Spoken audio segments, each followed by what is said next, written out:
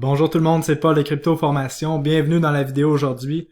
Aujourd'hui, on a trois thématiques principales dans la vidéo. La première, on va voir trois apprentissages ou points très positifs qu'on a vus suite au crash de la mi-mai, où on a vu le marché des crypto-monnaies corriger de plus de 50% dans son entièreté en moins de 2 semaines, ce qui est vraiment hallucinant. Le deuxième point, on va voir 8 crypto-monnaies que j'achète maintenant pour faire des gains massifs, selon moi, dans l'année qui vient. Et le troisième point, on va voir la façon, selon moi, pour investir sans stress, pour diminuer vraiment le stress et faire quand même des gains massifs.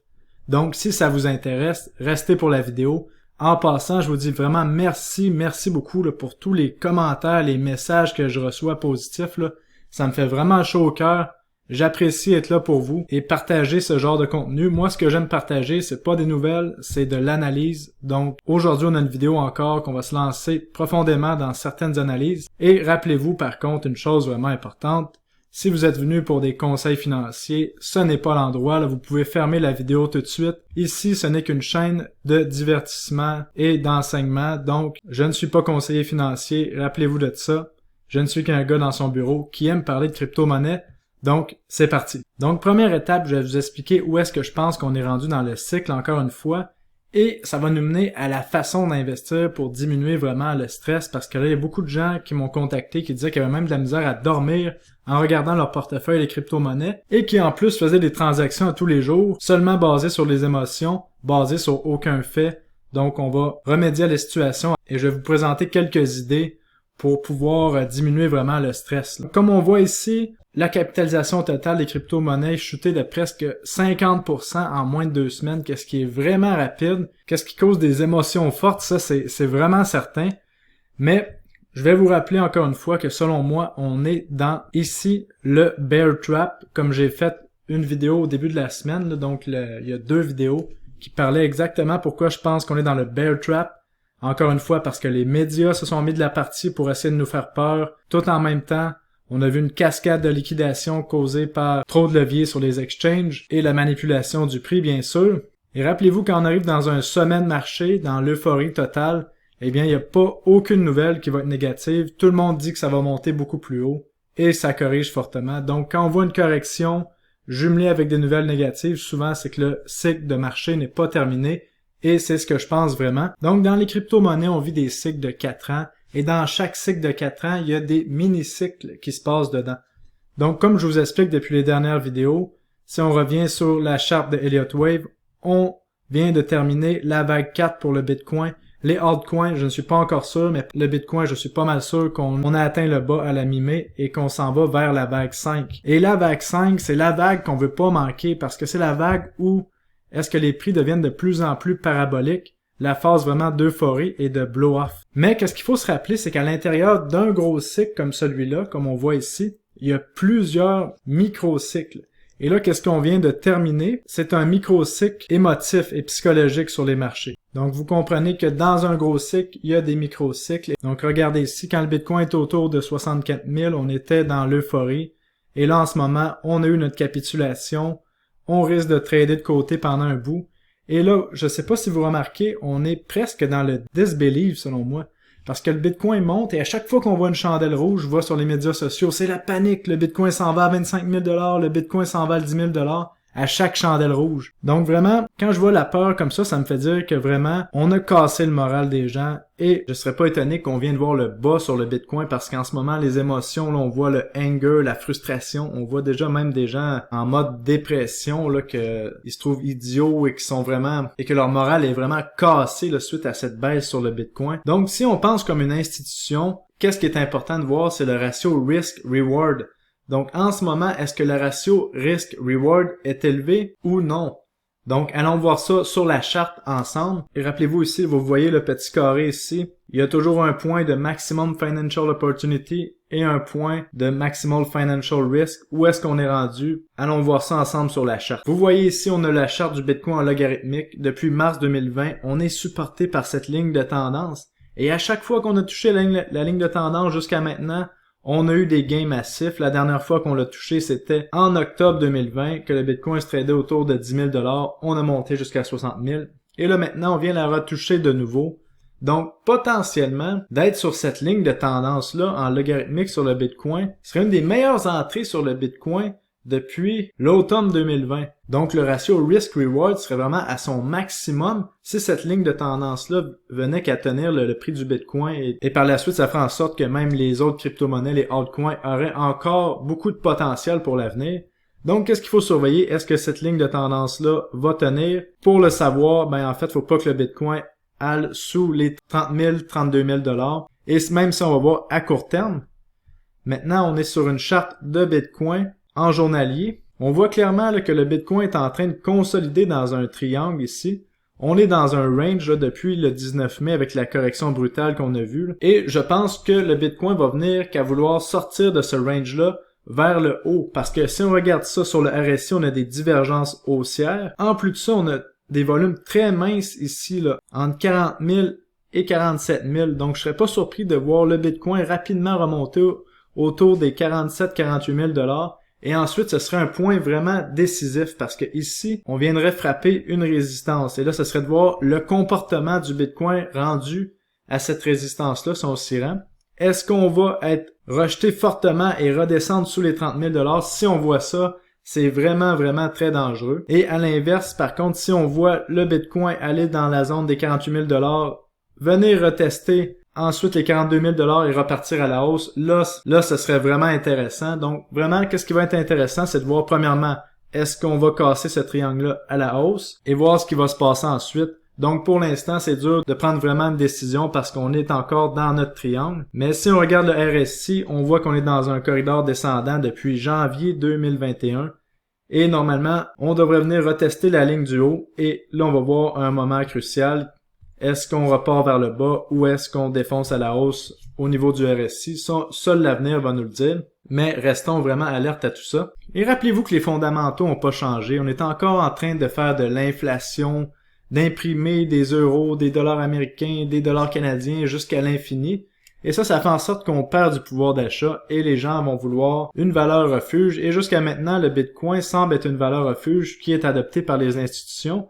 Et pour vous prouver à quel point on continue d'imprimer, le président Biden, qui a l'air d'une personne âgée qui souffre de démence, vient de relâcher son budget de 6 trillions de dollars pour 2022. Donc 6 trillions de dollars, je ne sais pas si vous comprenez qu'est-ce que ça veut dire. Là, on parle de 6 000 milliards de dollars qui est aussi 6 millions de dollars. Est-ce que je fais bien le calcul? Je sais pas, mais c'est un chiffre qu'on écrirait puis on comprendrait pas qu'est-ce que ça veut dire.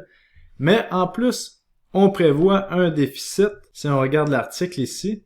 Et qu'est-ce que ça veut dire si on prévoit un déficit? C'est qu'on va être obligé d'encore imprimer encore plus d'argent pour maintenir l'économie artificiellement et ça fait en sorte qu'on dévalue les devises et c'est très positif pour les crypto-monnaies. Au niveau des fondamentaux, disons que ça n'a vraiment pas changé. Et en plus, on voit Apple qui s'intéresse aux devises digitales au niveau des paiements alternatifs. Donc vraiment encore un autre point positif quand on voit les institutions les plus grosses au monde qui ne peuvent plus ignorer les crypto-monnaies maintenant. Donc, si on revient à notre façon d'investir sans stress, d'investir comme les institutions, il va falloir premièrement s'armer de patience parce que les institutions sont capables d'être patients et c'est ce qui fait la différence entre les traders profitables et les traders non profitables. Et il faut comprendre comment les institutions transigent sur le marché parce que les institutions achètent à coût de milliards de dollars. Donc, lorsqu'ils accumulent, ça se fait sur plusieurs jours, comme on a vu ici, l'accumulation des institutions autour de 10 000 $. Ensuite, autour de 60 000 $, on a une première prise de profit qui s'est faite sur plusieurs semaines. Et là, en ce moment, on a vu beaucoup d'acheteurs motivés d'acheter dans la zone des 30 000 $. Donc, qu'est-ce qu'il faut comprendre, c'est qu'étant donné que les institutions achètent par coût de milliards de dollars dans un petit marché comme les crypto-monnaies, eh bien, pour vendre des positions, ils doivent le faire tranquillement. Et à l'inverse, lorsqu'ils veulent acheter des bitcoins pour pas faire monter le prix trop vite, ils doivent acheter tranquillement. Donc, c'est pour ça qu'il faut s'armer de patience et on va voir la méthode pour investir sans stress. Eh bien, premièrement, c'est ne mettez jamais plus d'argent que vous êtes prêt à perdre. Ça, c'est la première étape. Parce que déjà, si il arrive quelque chose avec votre argent, ça baisse de 30%, ça monte de 30%, vous n'allez pas être stressé. Et on sait que le marché des crypto-monnaies est un très petit marché, un marché très vicieux qui peut corriger assez fortement. Donc, il faut être conscient de ça. Et la façon d'investir, là, si vous n'êtes pas un trader, que vous n'avez pas de formation, n'essayez jamais de faire du day trading, donc de vendre et de racheter à chaque jour, vous allez toujours perdre. Vous allez acheter quand que ça monte et vous allez vendre quand que ça descend. Donc avant de faire du day trading, s'il vous plaît, faites-le en paper trading. La façon la plus facile d'investir pour un débutant en crypto-monnaie qui nous a prouvé dans l'histoire que ça fonctionne, c'est de premièrement s'assurer qu'on est dans un cycle haussier. En ce moment, on a une première boîte de cocher, on est toujours dans un cycle haussier jusqu'à preuve du contraire. La preuve du contraire, ce serait que le Bitcoin descende en dessous de 30 000 $. Donc, première boîte de cocher. Deuxième boîte de cocher, c'est d'attendre une correction. Qu'est-ce qu'on a eu récemment? Ensuite, c'est d'investir dans la correction. Et vous allez jamais être capable d'attraper le bas à 100% d'une correction ou d'avoir le meilleur prix. C'est pas parce que vous mettez votre argent aujourd'hui que c'est le meilleur prix qu'il va avoir de tous les temps. Donc, à chaque fois que vous mettez de l'argent, attendez-vous à ce que ça baisse quand même. Donc, c'est pour ça qu'il faut toujours se garder de la dry powder, donc des munitions en réserve pour acheter un petit peu plus bas si ça descend. Et ensuite, c'est de l'oublier pratiquement ou de juste ne pas regarder son portefeuille à tous les 5 minutes, de laisser la montée se faire. Et pour faire de la vraie argent, faire des fois 5, des fois 10, des fois 20 en crypto-monnaie, ça prend des semaines et des mois à rester sur son investissement. C'est pas du jour au lendemain que ça arrive. Et c'est sûr que les crypto-monnaies avec des noms de chiens sans fondamentaux nous ont montré que ça peut arriver, mais s'il vous plaît, ne tombez pas là-dedans. Il faut être patient, il faut rentrer dans des crypto-monnaies de qualité que je vais vous parler à la fin de la vidéo, et ensuite d'être patient. Généralement, c'est ça qui fonctionne en crypto-monnaie.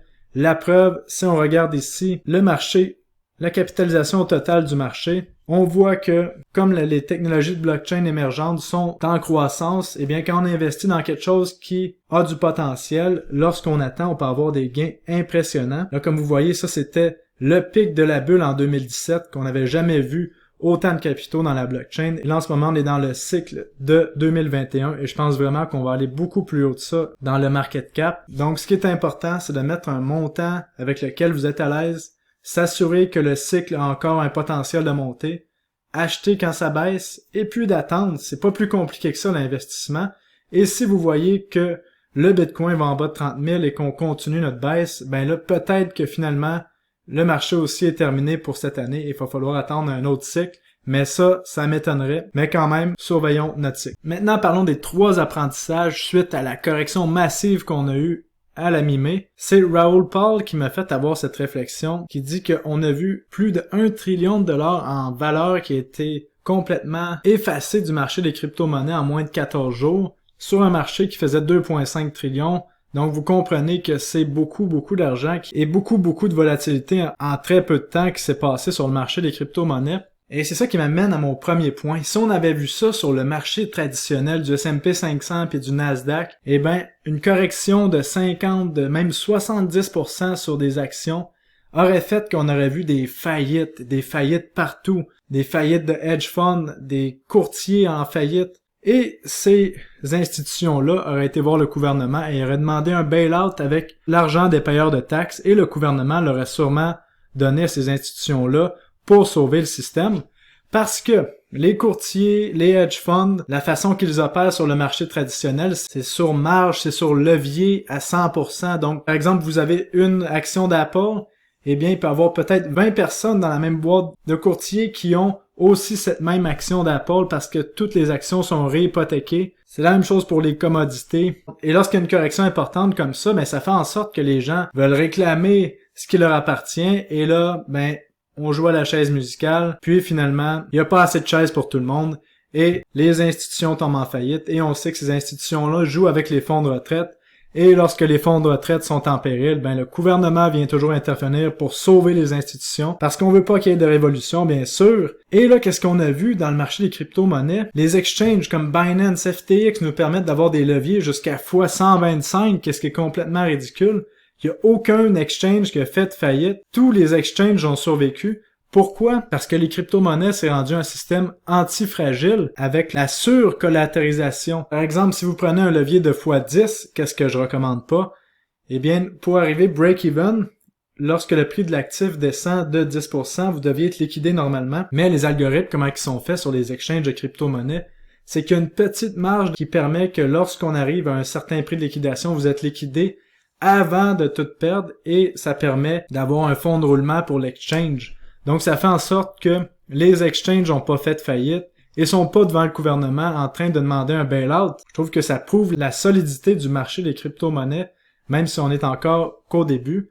Deuxième point important, c'est du côté de la finance décentralisée. On a vu les protocoles de finance décentralisée qui ont continué de donner les rendements comme si de rien n'était, même si on a vu des corrections de 70% sur des crypto-monnaies. Et ça a fait en sorte que oui, il y a eu des gens qui ont été liquidés, parce que dans les protocoles de finance décentralisée, on met plus de collatéral que qu'est-ce qu'on emprunte, mais ça fait en sorte que le système est solide. Et contrairement à notre système financier actuel, ça fait en sorte que les protocoles peuvent survivre d'eux-mêmes sans avoir besoin de l'argent des payeurs de taxes pour se faire renflouer parce que c'est mal fait. Donc, la finance décentralisée a prouvé sa solidité avec un crash terrible. On a vu, c'est sûr, quelques protocoles qui ont eu des difficultés pendant quelques heures, mais pour la plupart, ça a tenu le coup, et ça, c'est vraiment positif. Troisième chose qu'on a appris dans ce crash-ci, c'est que les leviers sur les exchanges font en sorte que lorsqu'il y a un changement de prix dans une direction ou dans un autre très violent, ça fait en sorte qu'il y a une cascade de liquidation et ça peut amener à des corrections de prix ici, comme on voit sur Kusama, on est passé de 620$ à 200$ dans la même journée. Donc, on parle de un changement de prix là, de presque 70% dans la même journée. Donc, il y a deux choses qui créent ce phénomène-là. C'est les leviers importants, donc les gens sur marge. Par exemple, si vous prenez un levier de x10, ça prend seulement une correction de 10% pour vous liquider et ça fait en sorte que quand on vous liquide, ça fait que vous vendez votre actif et là, ça vient faire descendre le prix. Et là, s'il y a d'autres gens en levier, ça fait une cascade de liquidation et ça fait ce genre de prix-là qu'on voit ici. Ce qui est assez terrible parce qu'une chandelle comme ça veut dire qu'il y a beaucoup de gens qui ont perdu de l'argent. Les chandelles qu'on a vues le 19 mai vraiment racontent des histoires de gens là, qui ont sûrement fait faillite, qui ont été très stressés.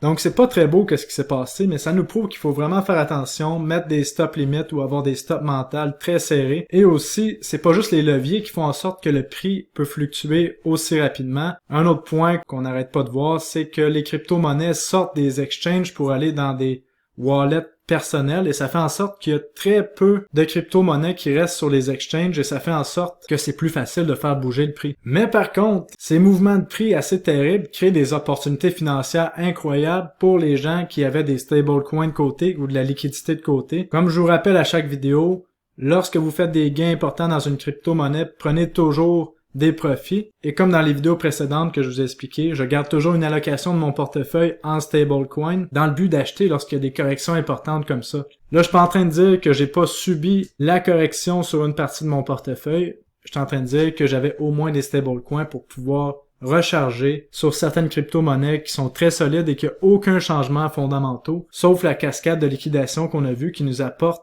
des occasions extraordinaires. Donc pour les 8 crypto-monnaies que j'ai achetées dans la cascade de liquidation, vous allez pas être très surpris. J'en ai parlé dans ma vidéo pour des crypto-monnaies pour mai-juin et depuis les dernières semaines. La première que j'ai achetée, bien sûr, c'est le Bitcoin, c'est le roi. Maintenant qu'il y a eu cette correction importante-là, je pense que c'est un bon moment pour acheter. Quand les gens rentrent dans les crypto-monnaies, ils passent toujours par le Bitcoin. Donc pour ma part, j'ai rechargé en Bitcoin. Deuxième crypto-monnaie, j'en parle et j'en parle encore, le Theta qui sort sa version 3.0 à la fin juin. Vraiment, ça c'est un monstre qui est en train de se créer. On voit à peu près toutes les compagnies de technologie qui rentrent là-dedans, le Sony, Samsung, Google. Et pour tout ce qui est le streaming et la bande passante qui coûte vraiment cher aux entreprises, Theta avec ces brevets là, de streaming décentralisé vont vraiment, je pense, être une technologie adoptée dans les prochaines années par plusieurs grosses institutions. Donc pour ma part, le Theta, j'ai pu racheter. J'ai trouvé ça incroyable de pouvoir mettre la main sur du Theta là, en bas de 6$.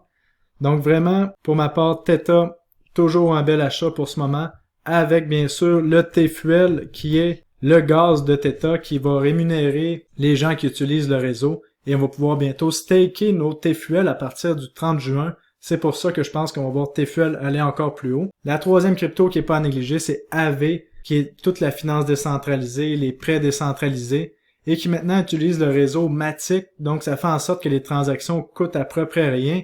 Et regardez la total value là, qu'on parle de 12 milliards de dollars, qui est barré dans les contrats intelligents de AV pour la finance décentralisée. Donc ça, c'est un monstre. C'est pas mal dans les plus gros de la finance décentralisée. Un blue chip, je pense, pour la fin de notre bull run. Et je pense encore ma target pour AV reste la même. On parle de 1000$ pour la fin de l'année. Bon, la quatrième crypto aujourd'hui, vous ne serez pas surpris. On parle de Kusama, qu'il va y avoir les encans de Parachain qui ont déjà commencé avec Karura. La demande pour Kusama ne va que monter. En fait, qu'est-ce qui est arrivé qui a fait qu'on a cassé le prix? C'est seulement la cascade de liquidation parce qu'on est revenu à notre base et je pense vraiment que le Kusama s'en va plus haut pour les semaines qui viennent. Donc, encore une fois, la cascade de liquidation nous offre une belle opportunité d'achat pour Kusama. Et si on parle de Kusama, bien sûr, il faut parler de Polkadot parce que Kusama fait partie de l'écosystème de Polkadot. On a les encans de Parachain qui s'en viennent sur Polkadot. En plus de ça, on a le mainnet qui s'en vient cet été. Et je pense vraiment qu'on a une occasion en or sur Polkadot parce qu'habituellement, Polkadot a tendance à suivre le même market cap que Cardano. Et là, si on va voir sur CoinGecko, on voit un Cardano avec 53 milliards de dollars de market cap alors que Polkadot est seulement à 21 milliards. Donc, depuis le début de l'année, on les voit se combattre et ils sont pratiquement au même market cap. Un monte, l'autre suit, l'autre monte, le suivant suit. Donc, pour ma part, je pense que Polkadot en ce moment est à un très gros rabais et c'est une belle opportunité. La 5e crypto du jour que j'ai eu le plaisir d'accumuler dans la correction, c'est Ethereum. Ethereum avec le EIP 1559 qui va devenir déflationnaire, donc il va y avoir de moins en moins d'Ethereum. En plus de ça, on a vu qu'Ethereum a rebondi sur son support de façon assez magistrale lorsqu'on a vu l'Ethereum atteindre 2000 $ et rebondir. Et bien sûr, qu'est-ce qu'on vient de voir récemment, c'est Arbitrum qui vient de sortir des roll-ups sur Ethereum. Je vous traduis ça en français. Qu'est-ce que ça veut dire? Ça veut dire que Ethereum va pouvoir scaler 100 fois plus. Donc, ça veut dire que à la place qu'une transaction sur Uniswap vous coûte 50 $, ben ça va vous coûter 5 sous et peut-être moins avec Arbitrum. Là, on voit qu'Arbitrum est déployé sur Uniswap, Bancor et plusieurs autres protocoles. Donc, vraiment, on va peut-être voir une solution de plus pour le problème de scaling d'Ethereum et on sait que Ethereum 2.0 s'en vient pour la fin de l'année. Donc vraiment, de mon côté, je pense qu'on n'a encore rien vu pour Ethereum. La 6e crypto du jour, c'est Terra Luna, bien sûr. Là, on a vu une cascade de liquidation incroyable.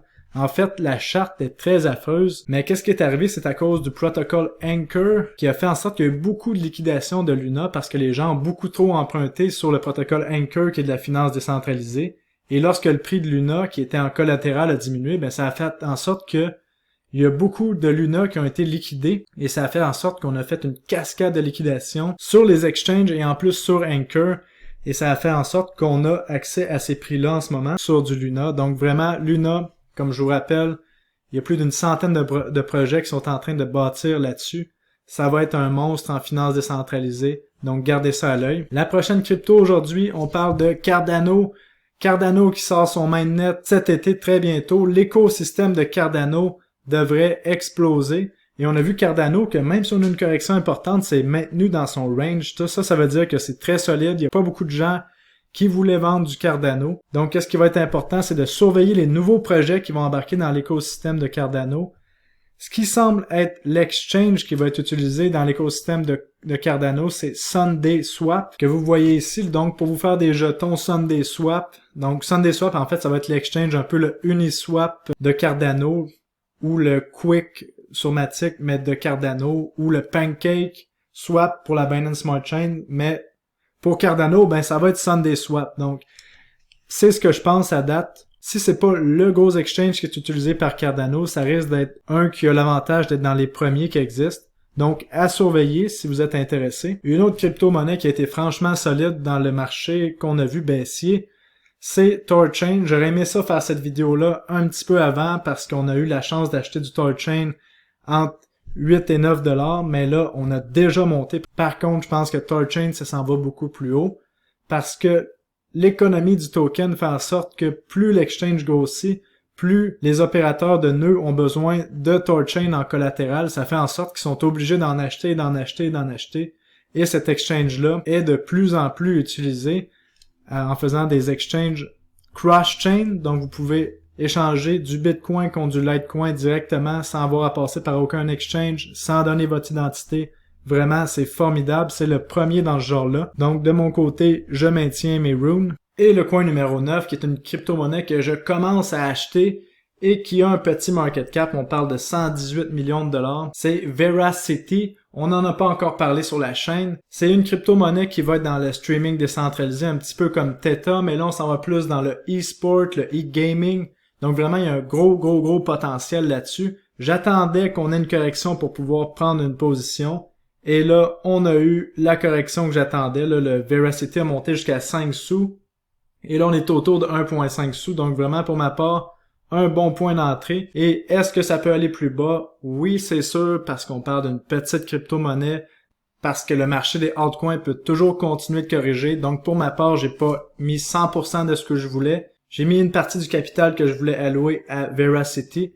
Et si le prix descend, je vais accumuler. Et si je vois que on part à la hausse et que ça me laisse pas la chance d'accumuler plus bas, ben tant pis, je vais juste être content des profits que j'ai faits. Je pense vraiment que Veracity est là pour rester dans le e-gaming. Donc vraiment une crypto à surveiller. Et rappelez-vous de tout ce que j'ai dit dans la vidéo. Ce n'est pas des conseils financiers. Tous les cryptos que j'ai parlé aujourd'hui peuvent aller plus bas. Mais pour ma part, dans ma stratégie, je pense qu'on est dans un risk-reward vraiment intéressant et j'accumule ce genre de crypto-monnaies-là de qualité. Et lorsque je fais des vidéos sur les crypto-monnaies, ça veut pas dire des acheter directement.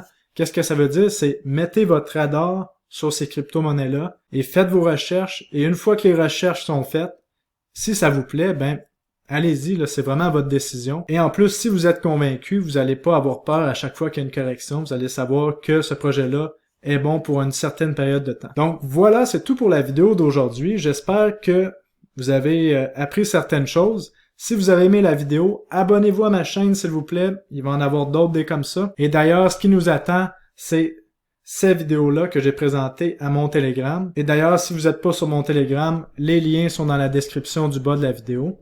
Je fais des posts à peu près à tous les jours sur un petit peu qu'est-ce que je pense du marché des crypto-monnaies. Et je vous rappelle que si vous êtes intéressé par de la formation soit de trading, j'ai la formation l'ABC du trading en crypto-monnaie que j'ai faite en mars 2021. Et sinon, j'ai la formation de base que j'ai renouvelée pour 2021 qui est sur mon site cryptoformation.ca. Donc, si ça vous intéresse, allez voir ça. Et sinon, on se revoit dans une prochaine vidéo. Salut tout le monde. Bye bye.